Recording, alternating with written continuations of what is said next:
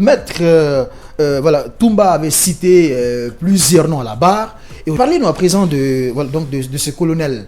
D'ailleurs, vous, c'est une satisfaction morale pour vous. Tout à fait. Alors, on vous écoute, allez-y. Oui, tout à fait. Nous avons dit que cette enquête, l'instruction préparatoire avait été vraiment bâclée. D'accord. Il y avait des gens qui n'ont été entendus qu'en première comparution. C'est-à-dire qu'on vous demande simplement votre nom, votre identité. D'accord. On vous impute les faits et on vous demande si vous avez besoin d'un avocat. Et après, c'est terminé, vous ne voyez plus de juge. Il n'y a pas eu de confrontation. Donc, ils ont fait des travaux bâclés, hein? Oui, l'instruction a été massacrée, elle a été bâclée. Et cela, c'est à cause, moi je me le dis, de l'implication de la communauté internationale. Parce que la main qui donne est celle qui ordonne. Oui. Hein? Oui. C'est elle qui dirige. Je crois que les juges qui se sont sentis vraiment... vraiment martyrisés dans cette affaire, oui, ont préféré jeter l'éponge, clôturer leur dossier. Donc, sincèrement, c'est effectivement ça. Oui. Bienvenue. Oui. Vous parlez de bienvenue. Oui, bienvenue parce là-bas. que c'est de lui qu'il s'agit. Effectivement. Voici un commandant de camp, un commandant d'une garnison, dont les éléments ont quitté le camp pour rejoindre le camp Al-Fayaya. Ouais. Qu'on le libère, alors que ce sont eux qui ont commis les atrocités, qui ont endeuillé le peuple de Guinée. Maître, est-ce que vous avez des preuves concernant ce que vous dites? Oui, mais il était le commandant du camp. Du camp, ouais. Et quand Toumba d'ailleurs s'est déplacé... Il faut qu'ils nous disent qui a sorti les éléments et sous quel ordre. Où sont-ils allés et pour quelle fin?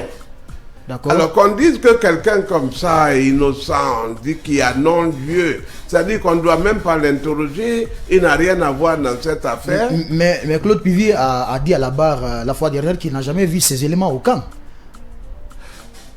Claude Pivy se fait passer lui-même, va librement, volontairement, consciemment, en toute connaissance de cause, indéfiniment. Il s'en va au bagne, il s'en va au crucifix, il s'en va à la potence lui-même. D'accord. Parce qu'il sera prouvé que cet homme était un animateur de la scène et que ce jour même, à partir de 9h30, 10h, il animait déjà la cérémonie tendant à sévir contre les leaders des partis politiques et des militants dont le seul crime n'a été que d'avoir accompli leur devoir constitutionnel. D'accord. Claude Pivy sera présenté comme celui-là qui a causé la terreur. Mais est-ce qu'il était au stade? Nous vous le dirons. Non, mais allez-y, maître. Ne m'arrachez pas de certaines paroles. Oui, mais... Vous êtes très vicieux. Non. Répondez à ma question. Est-ce que, parce que vous avez dit hier, voilà, donc Claude Pivy ne peut plus rester debout pendant 1 minute car il est abîmé des péchés. Oh, vous savez qu'il a endeuillé nos populations. D'abord, la CMIS a été mitraillée par lui jusqu'au plafond. Donc c'est lui le responsable de ces faits? Mais vous l'avez vu, oui, vous êtes des journalistes. Mais il n'a pas reconnu quand même. Hein. Il dit on ne l'a même pas interrogé parce que ce n'est pas l'objet du jour.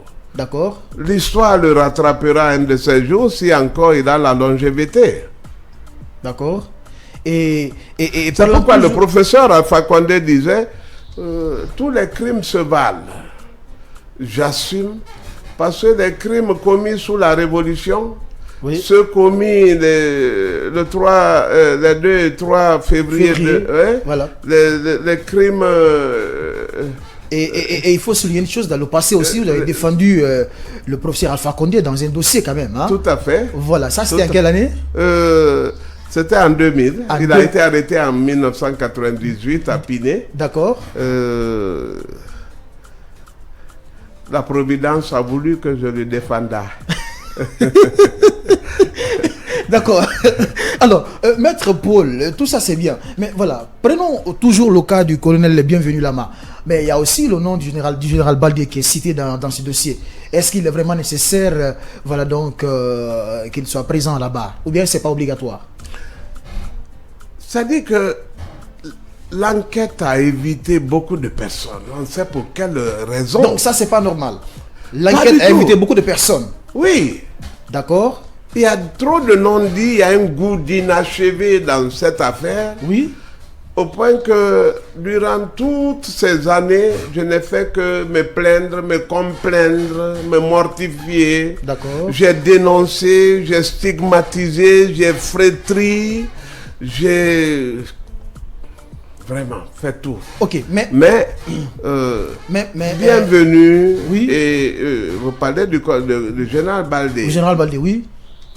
Toumba a parlé de lui, n'est-ce pas? Effectivement. Parce qu'il était indissociable de Dadis. Effectivement, c'était voilà, ils étaient très d'accord à l'époque. Il a préféré se jeter à l'eau. Mais pourquoi il a fait ça? Mais est-ce que cette information est bien vérifiée? C'est une vérité ou bien c'est une façon de...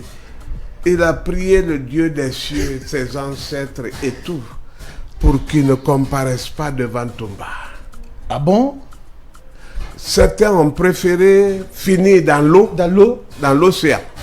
D'accord. Mais dites-moi, maître, pourquoi le général s'est jeté dans l'eau? Étant général des forces armées, face à une telle situation... La gendarmerie. Hein. Autant pour la gendarmerie, mais de toutes les façons, quand même, être général n'est pas donné à n'importe qui. Oui, avec le commandant en chef des forces armées. Voilà, on complète la phrase. Allez-y, pourquoi selon vous il s'est jeté à l'eau?